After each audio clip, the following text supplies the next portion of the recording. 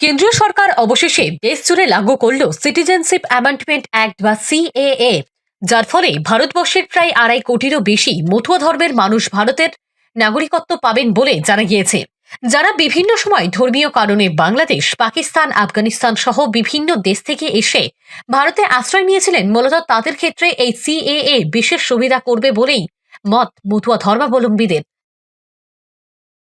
সেই দিনে প্রধানমন্ত্রী মোদিজি আমাদের সিএ লাগু করেছে।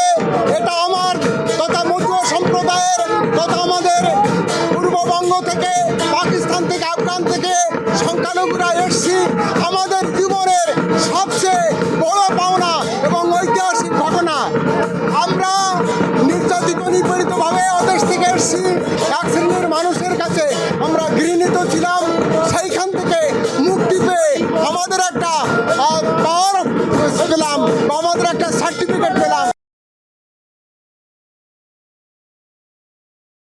আর লোকসভা নির্বাচনের আগে প্রতিশ্রুতি মতো সিএএ চালু হওয়ায় রীতিমতো খুশির হাওয়া মতুয়া ধর্মের পীঠস্থান ঠাকুরনগর ঠাকুরবাড়ি জুড়ে। কাঁসর ডঙ্কা বাজিয়ে নিশান উড়িয়ে মতুয়া ভক্তরা দলে দলে আসছেন ঠাকুরবাড়িতে।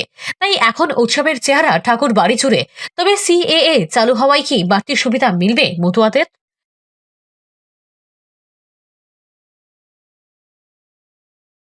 এই মতুয়াদের সম্পর্কে আজ পর্যন্ত ভারতবর্ষের কোনো প্রধানমন্ত্রী, কোনো স্বরাষ্ট্রমন্ত্রী, কোনো মুখ্যমন্ত্রী এদের জন্য চিন্তা করেনি, শুধু এদের ব্যবহার করে গেছে। এর ফলে কোটি কোটি মানুষ উপকার হবে। বাংলাদেশ, পাকিস্তান, আফগানিস্তান থেকে আসা 6টা ধর্মের মানুষ সত্যি তারা উপকৃত হবে। পশ্চিমবঙ্গে কাজ নেই, গিয়ে দেখেন কি হালে আছি আমি, কি করে রেখেছে আমাকে। আশা করি ভোট দিতে পারবো। জয় হরিচাঁদ, জয় গুরুচাঁদ। মতুয়া ধর্মাবলম্বীদের সঙ্গে কথা বলে জানা যায়, স্বাধীনতা পরবর্তী সময় 1971 সালের পর বাংলাদেশ থেকে বহু মানুষ এই দেশে আসেন। আর সেই সময় থেকেই উদ্বাস্তু সমস্যা এবং নাগরিকত্ব নিয়ে ধীরে ধীরে মতুয়াদের নানা পরিস্থিতিতে নিজেদের এদেশীয় প্রমাণ করা নিয়ে তৈরি হয় জটিলতা। নিম্ন বর্ণের সম্প্রদায়ের মানুষজনের মাথা উঁচু করে বাঁচার অধিকারের জন্য লড়াই করেন হরিচাঁদ ও গুরুচাঁদ ঠাকুর। পরবর্তী সময় আন্দোলনে ধীরে ধীরে ব্যাপক আকার ধারণ করে মতুয়া সম্প্রদায়ের মধ্যে। আর রাজনৈতিক প্রেক্ষাপটে মতুয়া সম্প্রদায়ের বৃহৎ অংশের ভোট ব্যাংক সব রাজনৈতিক দলের কাছেই পাখির চোখ। মূলত উত্তর 24 পরগনা, দক্ষিণ 24 পরগনা, নদিয়া, পূর্ব বর্ধমান জেলার বেশ কিছু অংশ জুড়ে রয়েছে মতুয়া বসবাস। রাজ্যের প্রায় 30টি বিধানসভা কেন্দ্র ও লোকসভা আসনের ভিত্তিতে বনগাঁ, বারাসাত, বসিরহাট, ব্যারাকপুর, নদিয়া জেলার রানাঘাট, কৃষ্ণনগর সহ একাধিক কেন্দ্রে মতুয়া সম্প্রদায়ের মানুষ প্রার্থীদের ভাগ্য নির্ধারণ করে থাকেন।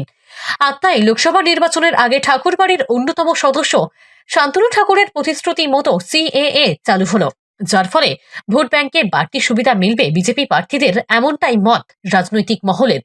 তবে অপরদিকে ঠাকুরবাড়ির মহিলা সদস্য মমতা বালা ঠাকুর জানান, যদি নরেন্দ্র মোদীর আধার এবং ভোটার কার্ড থাকলে তিনি দেশের নাগরিক হন, তবে মতুয়ারাও দেশের নাগরিক।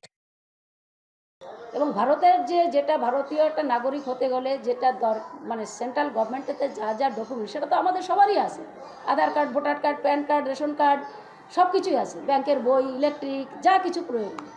এখন তারা কি চাইবে সেটা তো জানছি না, আমরা বুঝতে পারছি না যে তারা কি চাইছে। আমাদেরও যা আছে, ভারতের প্রধানমন্ত্রীরও সেটা আছে। তা উনি যদি নাগরিক হয়, আমরাও নাগরিক হবো।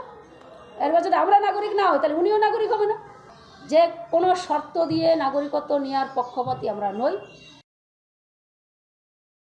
তবে মুখ্যমন্ত্রী মমতা বন্দ্যোপাধ্যায় অবশ্য এই সিএএ চালু করাকে রাজনৈতিক খেলা আখ্যা দিয়ে সব রকম ভাবে এই সিএএ এর বিরোধিতা করছেন।